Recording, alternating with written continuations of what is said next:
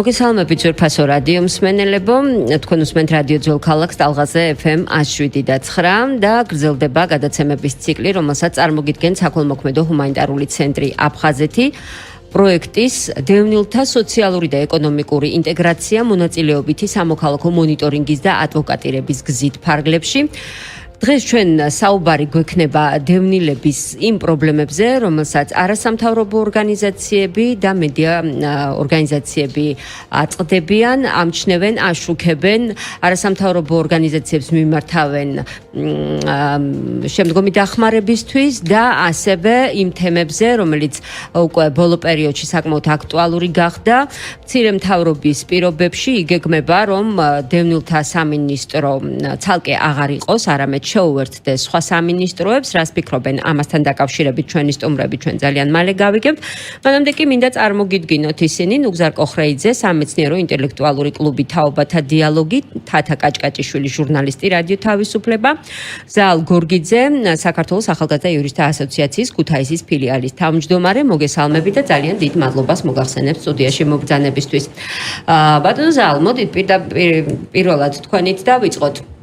კონცეფცია, რომელიც ახალმა პრემიერ-მინისტრმა ბახტაძემ შეთავაზა საზოგადოებას და მთავრობას, ეს არის მცირე მთავრობის კონცეფცია, სადაც უნდა შემცირდეს სამინისტროების რაოდენობა და სამინისტროები, რომლებიც პრაქტიკულად უქმდება, გადანაწილებული იქნებიან სხვადასხვა სამინისტროებში დეპარტამენტების კუთხით.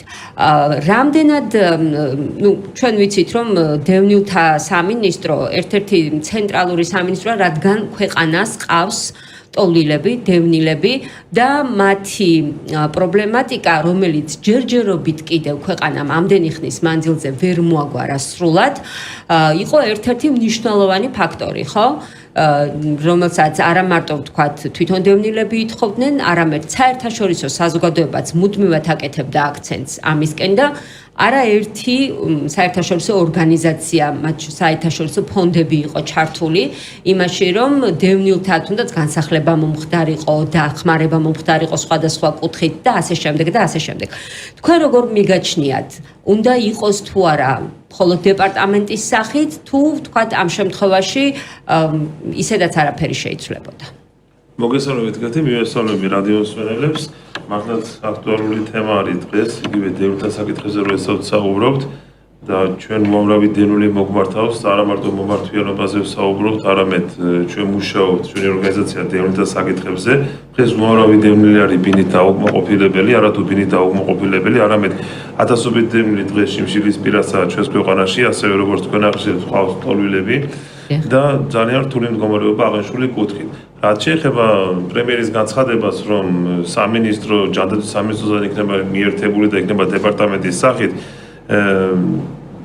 ყოველ შემთხვევაში ამას რა სამართლებრივი შედეგი მოხვება. ფაქტობრივად სამართლებრივად აქ შეიძლება არც არაფერი შეიცვალოს, მაგრამ როდესაც ესეთი სიტუაცია ქვეყანაში აქ დევნილთა და სამინისტროს რომელიმე სამინისტროს შეერთება, ეს დადებითად არ აისახება სამართლებრივად დევნილთა ყოფით ცხოვრებაზე და დევნილთა აგრეთვე პირობების გაუმჯობესებაზე და იგივე სამართლებრივ პრობლემებზე.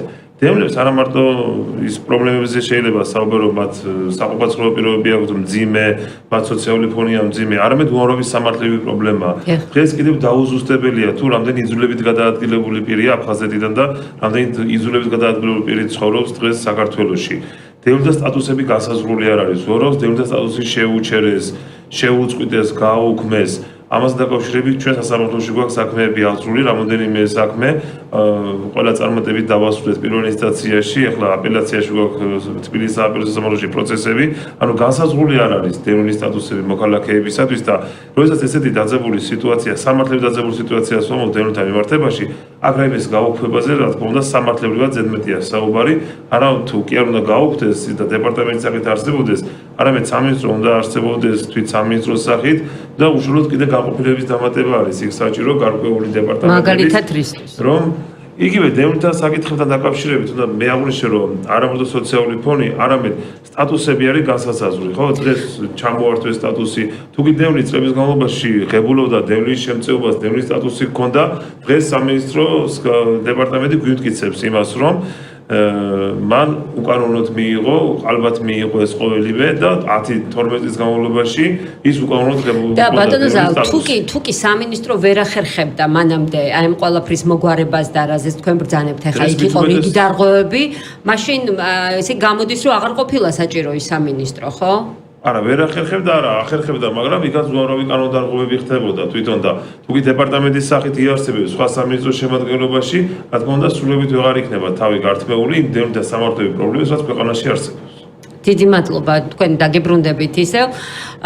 ნუგზარს მინდა ვკითხო, მე ნუგზარი წლების განმავლობაში მუშაობდა დევნილთა საკითხებზე და მას ძალიან დიდი შემხებლობა ჰქონდა როგორც ემიგრანტებთან, ასევე იმიგრანტებთან და ასევე იმ დევნილებთან, რომლებიც საქართველოში უკვე წლებია ცხოვრობენ, ხო, თვითონ ადგილობრივი დევნილები. რა პროგრამებს ახორციელებდა სახელმწიფო და რამდენად იყო ეს პროგრამები მდგრადი და ორიენტირებული მართლაც იმისთვის, რომ ამ ადამიანებს შექმნოდათ გარკვეული, ანუ ქონოდათ გარკვეული სერვისები, მათ ესარგებლად და შემდგომ აღარ ყოფილიყო საჭირო, რომ ამ დევნილებს კიდევ სხვა გზები ეძიათ, მაგალითად წასულიყვნენ ქვეყნიდან. მოგესალმებით, ძალიან დიდი მადლობა მოწვევისთვის. პირველ რიგში რომ უნდა ითქვას, რომ საკმაოდ ბევრი პროგრამები ხორციელდებოდა და ხორციელდება დღესაც. და აქ მნიშვნელოვანია ითქვას, რომ ჩვენ არ ვიცით რა ბედი ეწევა ყველა ამ პროგრამას, როდესაც მოხდება სამინისტროს შეერთება სხვა სამინისტროებთან. მათ შორის ძალიან მნიშვნელოვანია, რომ ბოლო 2 წლის განმავლობაში თავის დროზე მიგრაციის საერთაშორისო ორგანიზაციის მიერ შექმნილი პროგრამა დამუშავებული და გადაცემული მთავრობას მიგრანტების ნებაყოფლობით დაბრუნებული მიგრანტების დახმარების პროგრამას რა ბედი ეწევა მომავალში ჩვენ არ ვიცით, იმიტომ რომ დღეს ვსაუბრობთ მხოლოდ დევნილთა რაღაც განშტოების სამინისტროს შემცირებაზე, თუმცა ამ საკითხის დარჩენაზე, მაგრამ მიგრაციის საკითხი, რომელიც ასევე ძალიან მნიშვნელოვანია და მხოლოდ რამდენიმე წლის წინ დაემატა იძულებით გადაადგილებულ პირთა და ასე რომ ვთქვათ, დევნილთა სამინისტროს მოკლედ რომ ვთქვათ, აი სრულიად ახალი წამოწყებული თემა იყო და ამიტომ არ ვიცით რამდენად იქნება მომდევნოშიც პრიორიტეტული ეს თემები, თუმცა უნდა ითქვას, რომ ბოლო წლებია ძალიან მნიშვნელოვანია დაბრუნების კოეფიციენტი და ძირითადად ეს დაბრუნება ხდება, იმიტომ რომ ხანში შევიდა ის ადამიანები, რომლებიც 90-იან წლებში და 2000 წლებში წავიდნენ საზღვარგარეთ, ან ჯანმრთელობის პრობლემები გააჩნიათ, ან სამუშაოებს ვეღარ პოულობენ და საკმაოდ დიდი არის იმ ადამიანთა ნაკადები. ანუ იძულება აქვთ მათ, რომ დაბრუნდნენ. საკმაოდ დიდია იმ ადამიანთა ნაკადი, რომელიც უკან ბრუნდება. ამ მსგავსი პროგრამების გარეშე ალბათ ძალიან რთული იქნება მათი რეინტეგრაცია კვლავ ამ საზოგადოებაში.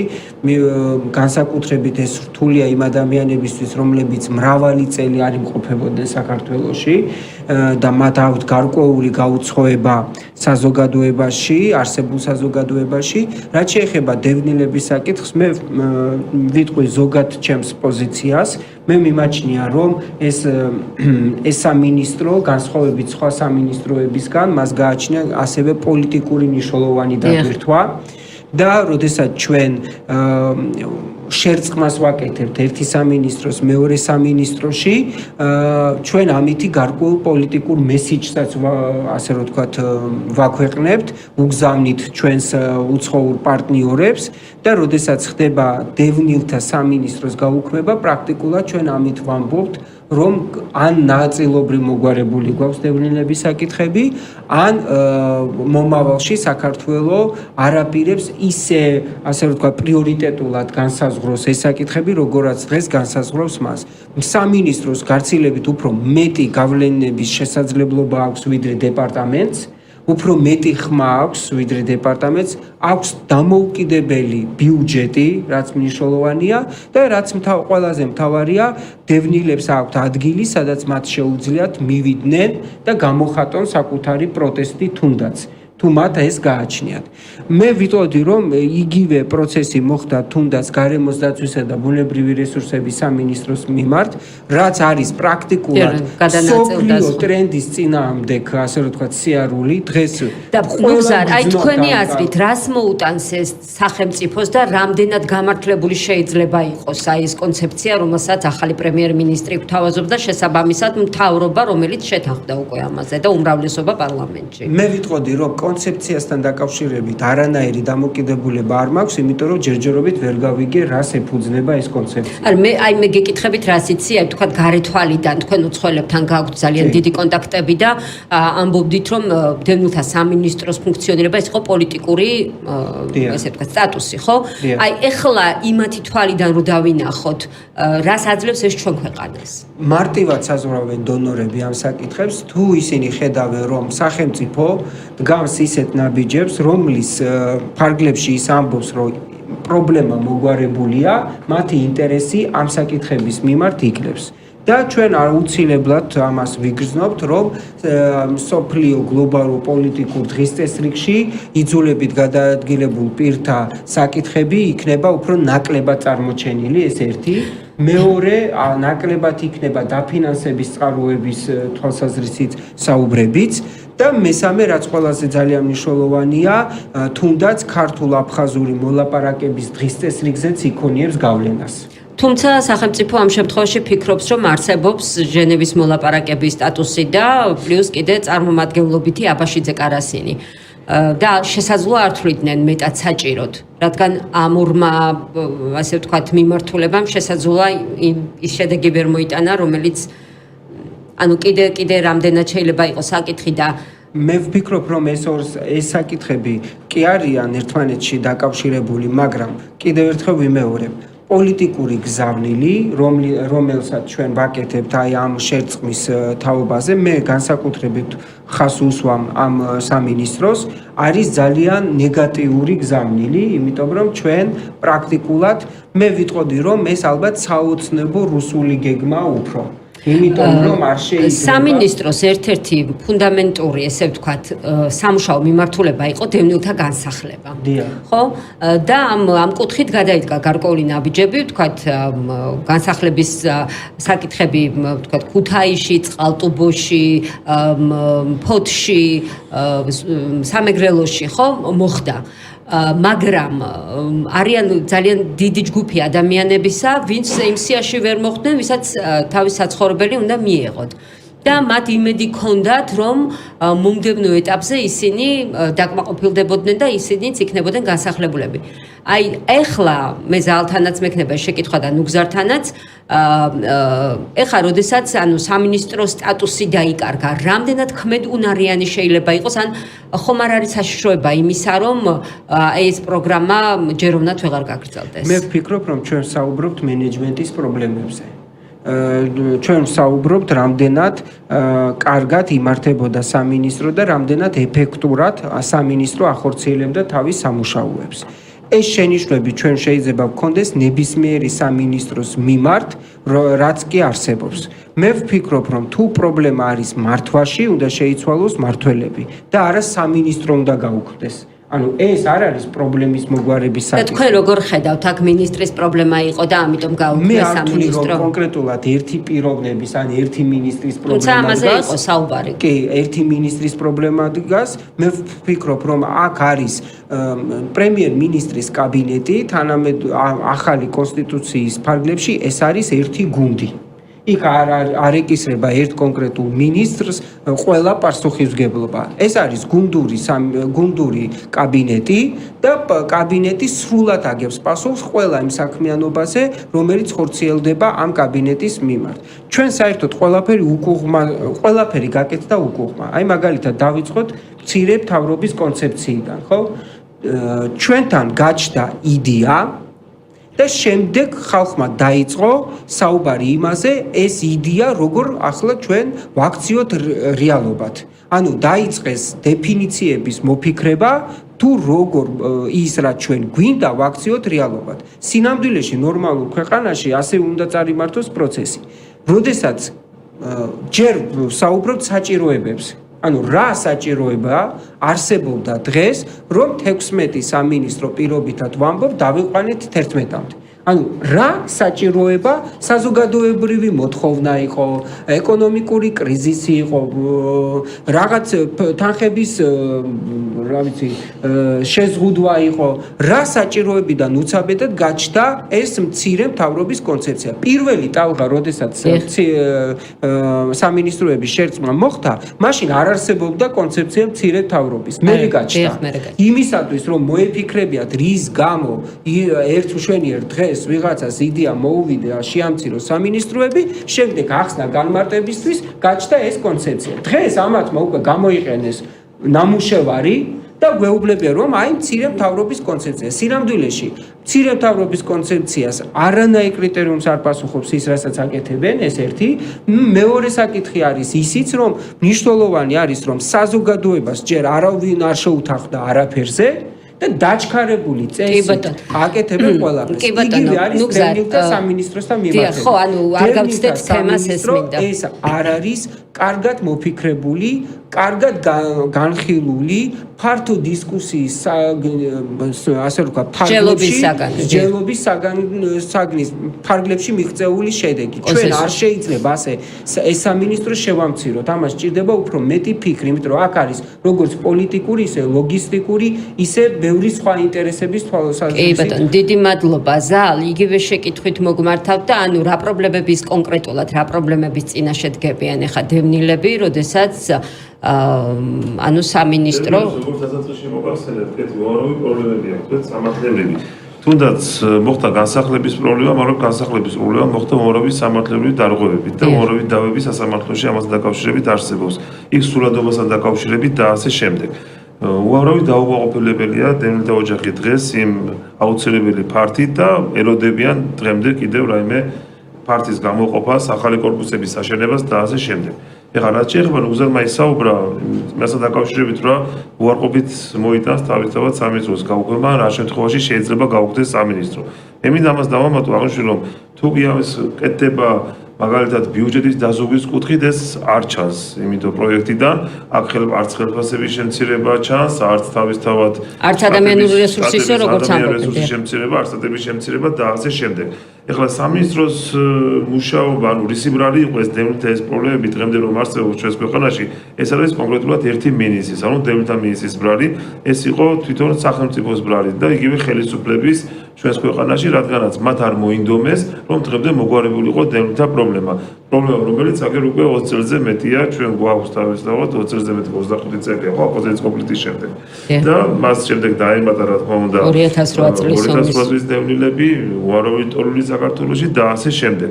ეს ხელისუფლებამ არ მოინდომა თვითონ რომ გადაჭრილიყო ამათი პრობლემა, ხელისუფლებას სურდა რომ კიდე განაწილებული იყოს პრობლემები მომავალ წლებზე და დღესდღეობით დევნილთა სამინისტროს გაუქმება, ეს უარყოფითი მესიჯი იქნება როგორც საგარეო ურთიერთობებში, ასევე ჩვენ საშინაო ურთიერთობებში აისახება დევნილთა ყოფა ცხოვრებას. დიდი მადლობა. თათა კაჭკაჭიშვილთან მინდა ახლა გადავიდე შეკითხვით. თათა, შენ ხარ ჟურნალისტი, რომელსაც არაერთხელ გაუშუქებია დევნილთა პრობლემები და ის საკითხები, რომლებიც დევნილებს უკვე მრავალი წელი აწუხებს და პრაქტიკულად არ იცვლება პრობლემები, არამედ სულ მუდმივად ერთსა და იგივე საკითხზე უწევთ მათ საუბარი და თქვენ გაშუქება.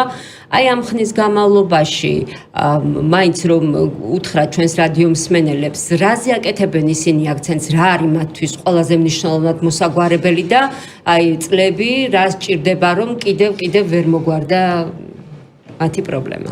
მოგესალმებით, პირველ რიგში ალბათ განსახლება. დიახ.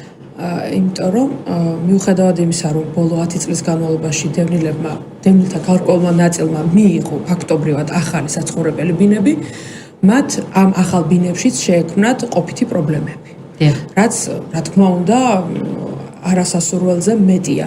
იმიტომ რომ ადამიანები ჩვენ ორი კვირის წინაც ვიყავით რამდენიმე დასახლებაში, რომლებიც ფაქტობრივად ბოლო 5-3 წლის განმავლობაში არიან სადაც ახალ კორპუსებში ან ახლად გარემონტებულ კორპუსებში შესახლებული ადამიანები და ფაქტობრივად ისინი კვლავ არიან კორპუსების თითქმის მგრევის პირას და ანუ ხარისხოთ შესრულებული სამუშაოების გამო ასევე არის მათთვის ყველაზე მნიშვნელოვანი, რა თქმა უნდა, ინტეგრაცია, რასაც თვითონაც ძალიან აქტიურად ასახელებენ და რა თქმა უნდა დასაქმება, იმიტომ რომ ცდილობენ რომ რაღაც არსებო მინიმუმი მოიპოვონ, მაგრამ ისინი მათი დიდი ნაწილი ჩვენ ვიყავით ძალიან დიდ დასახლებებში 30, 40, 60, 70-მდე ოჯახი, სადაც ცხოვრობს თქვათ ერთ კორპუსში და თვითონ როგორც ამბობენ მათი უმრავლესობა არის დაუსაქმებელი და რა თქმა უნდა ეს არის მათი პრობლემა დღემდე.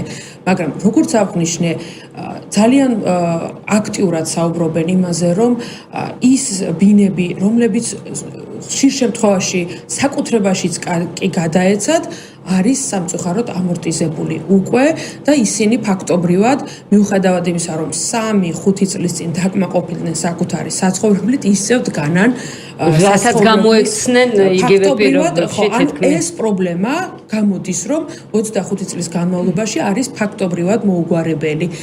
როგორც აღნიშნე, დასაქმება და არ შემიძლია არ თქვა ერთ-ერთი მამაკაცის სიტყვები, რომ ჩვენო აი დევნილთა სამინისტროს გაუქმებაზე როცა არის საუბარი, რომ მე ვისაც გავესაუბრე ამ 2 კვირის განმავლობაში, ფაქტობრივად ყველა არის ძალიან უკმაყოფილო. ყველა ამბობს, რომ ჩვენ გაგვიჭირდება კომუნიკაცია, იმიტომ რომ ჩვენ გვიჭირდა კომუნიკაცია ადგილობრივ სამმართველოსთანაც, თუ არ ჩავიდოდით თბილისში. იმიტომ რომ პრაქტიკულად ადგილობრივი სამმართველო ქმედ უნარო იყო. არაფერს არ უწყვიტავდათ, არც ინფრასტრუქტურულ პროექტს, პრობლემებს, არც სოციალურს, არანაირ, არც სტატუსს, არაფერ პრობლემას ვერ უწყვიტავდათ. შეიძლება ამ სამმართველობის გაუქმების საკითხიც დადგეს სამმართველო. შეიძლება, მაგრამ ისინი ამბობენ, რომ როდესაც მათ სამართლებრივი, სოციალური და სხვადასხვა ტიპის პრობლემები ჰქონდათ, წარმომადგენელი, კოლექტიური დასახლების წარმომადგენელი მიდიოდა კოლექტიური განცხადებით, რამდენიმე განცხადებითაც კი ერთ სამინისტროში და ასე ვთქვათ, ერთ გზაზე, ერთი ჩასვლით ის აწვდენდა ამ ხალხის ხმას სამინისტროს და ეხლა უკვე ფაქტობრივად ამის შესაძლებლობა აღარ გვექნებაო და ძალიან გულდაწყვეტილები არიან, ფიქრობენ, რომ ვიდრე ქვეყანაში დევნილი სტატუსის მატარებელი ადამიანი ერთი მაინც იარსებებს, ეს სამინისტრო უნდა იყოს მათი უფლებადამცველი და ზუსტად ნუგზარის გამოვეხმაურები და ისინიც ასე ფიქრობენ, რომ ეს საერთაშორისო ასპარეზზე აზარალებთ მათ, იმიტომ რომ აღარ ექნებათ იმდენი ხელმისაწვდომობა იგივე რაღაც თქვათ პროექტებზე, სხვადასხვა დახმარებებზე და ასე შემდეგ. ხო, იმიტომ რომ კარგად არ არის კიდევ ცნობილი, ჯერ კიდევ თქვათ იგივე ჯანდაცვის სამინისტროში რამხელა როლი და ფუნქცია ექნება და როგორი ტიპის დაფინანსება. ზუსტად არიციან, სად როგორ გადანაწილდება და ასე. თათა, შენ ხარ ჟურნალისტი, რომელიც აი ცენტრი აფხაზეთის მედიატორში მონაწილეობდი და კიდეც აღნიშნე, რომ შეხვდი ძალიან ბევრ დევნილს ამ ხნის განმავლობაში და ასევე ცენტრი აფხაზეთი ამ პროექტის ფარგლებში, რომელზეც ჩვენ დღეს ვსაუბრობთ, თვითონ ახდენდა გადამზადებას, ანუ ტრენინგების სერიას დევნილებთან, კომუნიკაციის უნარების, მედია, ესე ვთქვათ, უნარების გაძლიერებისთვის და აი მე მაინტერესებს, შენ როცა ხვდებოდი აი ამ ადამიანებს, მათ რამდენად აქვთ იმისია, გასაგებია ყველა ადამიანს რაღაც გარკვეული უნარი აქვს, მაგრამ აი ამ შემთხვევაში უკვე როცა ისინი დადგნენ რეალური ფაქტის წინაშე, რამდენად იციან მათი უფლებების შესახებ, საკუთარი უფლებების შესახებ, რომ გააგრძელონ სამართლებრივი ბრძოლა, თუნდაც მიმართონ იმ ინსტიტუციებს, იმ არასამთავრობო ორგანიზაციებს, თუნდაც მედია ორგანიზაციებს, ვინც მათ აი ამ საკითხების რაც შემდგომ დაუდგებათ უკვე მოგვარებაში. შეიძლება ითქვას, რომ ასე ვისთანაც ჩვენ კომუნიკაცია გქონდა, აბსოლუტურად ყველა ადამიანი მეტნაკლებად, მაგრამ ძირითადად მე დავრჩი მართლაც გაოცებული, იმიტომ რომ მათ იციან თავიანთი უფლებების შესახებ და იციან თავიანთი საჭიროებები, თქვათ, როგორ მოაგვარონ. უბრალოდ აქ კიდევ ერთხელ ვიტყვი, რომ აქ ცოტა ფინანსური პრობლემაც, იმიტომ რომ ფაქტობრივად მათ ყველა თავისი პრობლემის გადასაჭრელად თბილისში უწევდათ წასვლა და როგორც აღნიშნე, აგროვებდნენ ხოლმე ამ თავიანთ პრობლემებს, განცხადებებს, ამიქონდათ ერთ ჯერზე და ეხა უბრალოდ სხვადასხვა სამინისტროში კომუნიკაცია ალბათ გაუჭირდებათ, თუმცა აი ის მოთხოვნები, რაც მათ აქვთ, არ ეხება მხოლოდ და მხოლოდ თქვათ ცენტრალურ უწყებებს და არის ადგილობრივი თვითმმართველობების კომპეტენციაც და მათ ესეც იციან, მშვენივრად ერკვევიან, მშვენივრად ცდილობენ, რომ სხვადასხვა პრობლემა სხვადასხვა უწყებასთან მოაგვარონ, თუმცა მე უფრო ვხედავ მეორე პრობლემას, თქვათ, უფრო ამ უწყებების მზაობას ვერ ვხედავ, ასე ვთქვათ,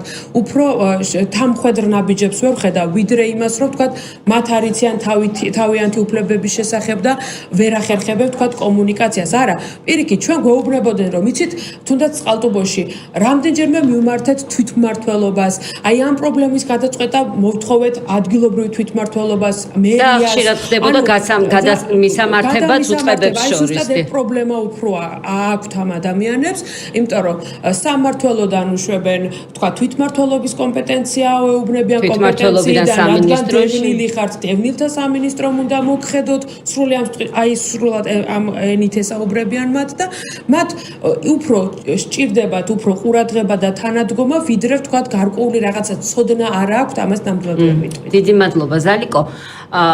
აი ეს დევნილები და თათამაც ახსენა და მეც მინდოდა ამაზე კონკრეტული შეკითხვის დასმა. ხშირად ხდება ხოლმე რომ გადამისამართება არის ადგილობრივ თვითმმართველობასთან განსაკუთრებით აი ამ განსახლების პროცესის შემდეგ, როდესაც ეს ადამიანები გახდნენ ქუთაისის მოქალაქეები, ხო?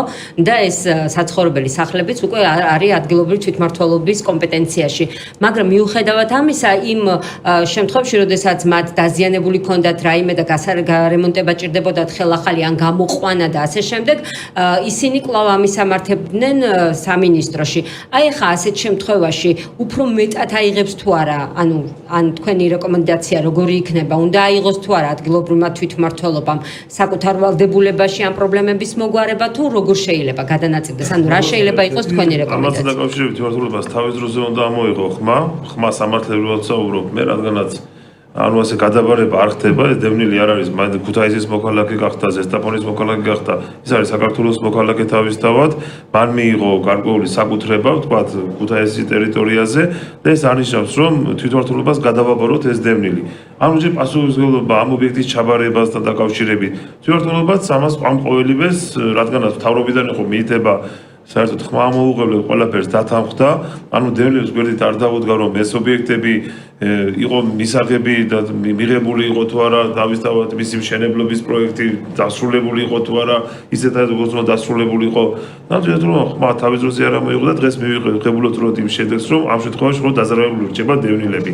რა თქმა უნდა, შენობები ამორტიზირებულ მდგომარეობაში ჩაბარდა გარკვეული ნაწილი შენობებისა დევნილებს, იქ არანაირი პირობები არ არის. და სამწუხაროდ საექსპერტო დასკვნები არსებობს, რომ არის ნორმალური. არსებობს ამასთან დაკავშირებით და არსებობს დავებიც კიდე სასამართლოში, თბილისის საკალათო სამართლო განიხილავს აღშუდან დავებს, ეს კი ჩვენმა თვითმმართველობამ საერთოდ ყურადღება არ მიაქცია და რადგან მთავრობიდან იყო მითითება შეასრულა ეს ყოველი ხმა ამოუღებლად.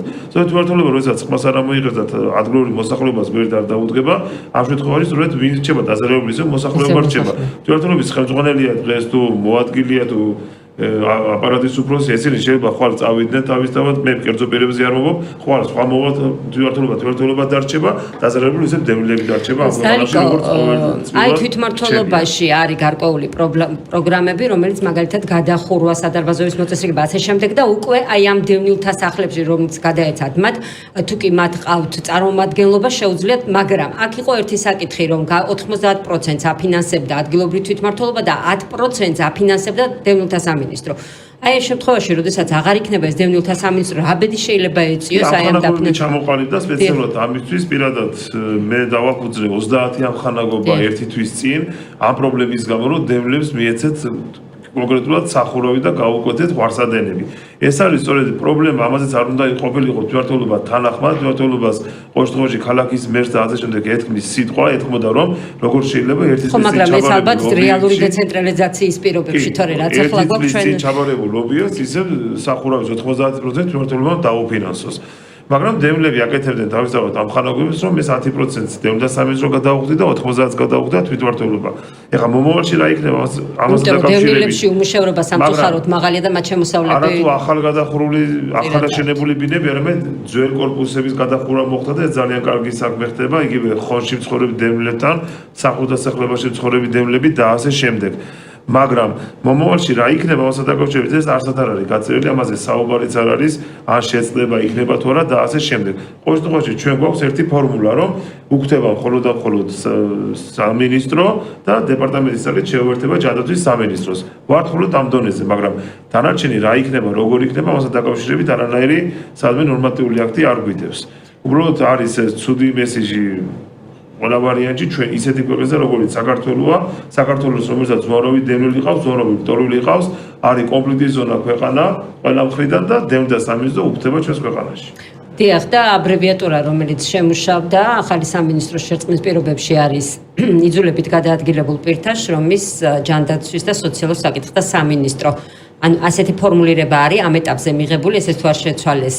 და მე მინდა ახლა შემაჯამებლად უკვე თითქმის იწურება ჩვენი გადაცემისთვის განკუთვნილი დრო, აი შეჯამებისთვის, ვთქვათ, თუ თქვენ მაგალითად მოიაზრებთ, აი სამივე თქვენთაგან მინდა გკითხოთ,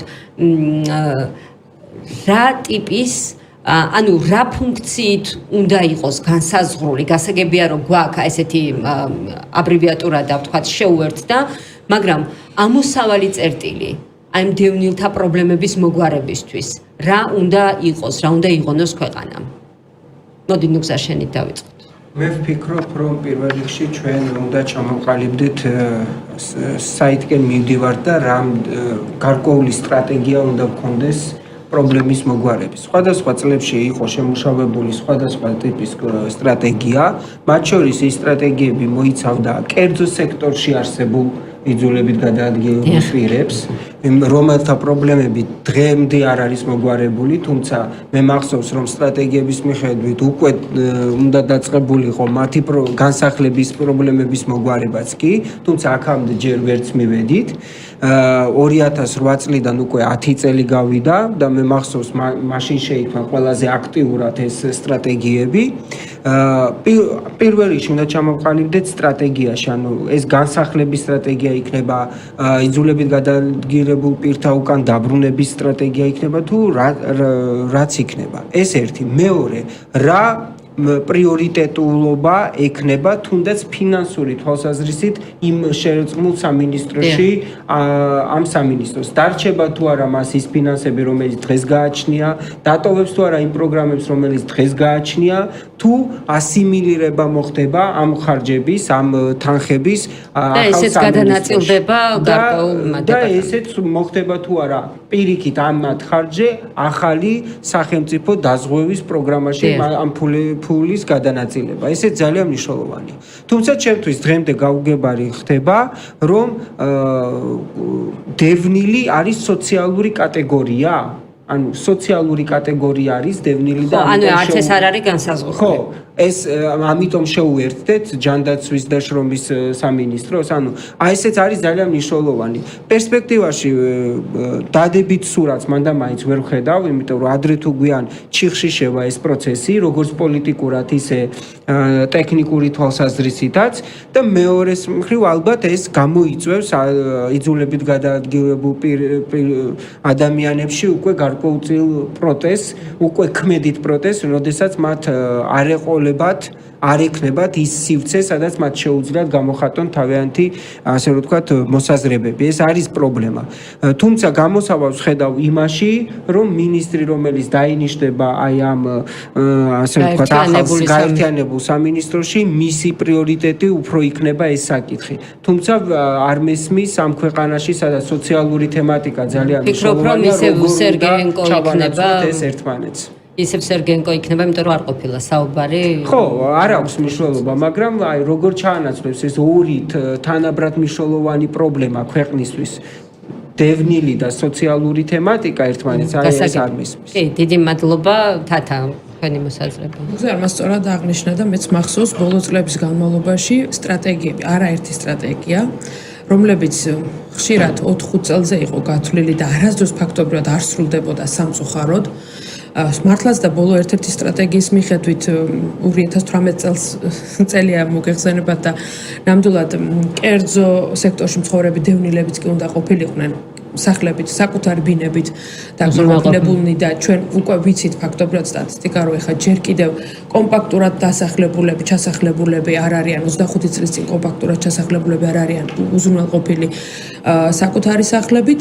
ჩემთვის როგორც ჟურნალისტისთვის და ალბათ დევნილთა პრობლემების განხმოვანებლისთვის, ერთ-ერთი განხმოვანებლისთვის სასურველი იქნებოდა რომ ის სტრატეგია რაც იწერება და სამოქმედო გეგმა აუცილებლად უნდა შესრულდეს და ფაქტობრივად, როდესაც წლების განმავლობაში ჩვენ ვდგავართ ამ ერთი ნუ და ეხლა იგივე დადგება ალბათ საკითხი სტრატეგიის გადახედვის. სწორედ მან მივდივარ, რომ ალბათ დადგება ეს მომენტი, რომ აუცილებლად უნდა გადაიხედოს ეს სტრატეგია და ჩემთვის მნიშვნელოვანი და საინტერესო იქნება რა შემოთავაზებს ახალი სამინისტრო და რა იქნება მისთვის პრიორიტეტული ამ სტრატეგიაში. ანუ კონცეფცია როგორი იქნება უკვე. ვისურვებდი, რომ ეს ერთხელ და სამუდამოდ მოგვარდეს განსახლების პრობლემა და ეს ადამიანები იყვნენ სახლებით დაკმაყოფილებული და ნორმალური საცხოვრებელი პირობებით და სამუშაო პირობებითაც. ნუ რა თქმა უნდა, აუცილებლად.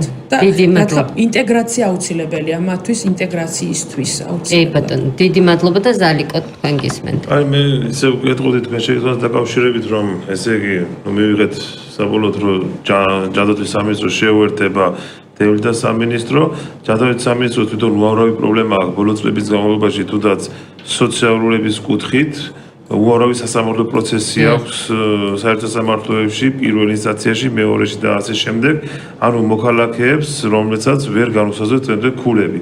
ეს უდესი პრობლემა ჯანდაცვის სამინისტროს აქვს და კიდევ რაიმე პრობლემა მას მიერთებული, ეს უფრო მეტ პრობლემას წარმოაჩენს, რა თქმა უნდა, დევნილთათვის.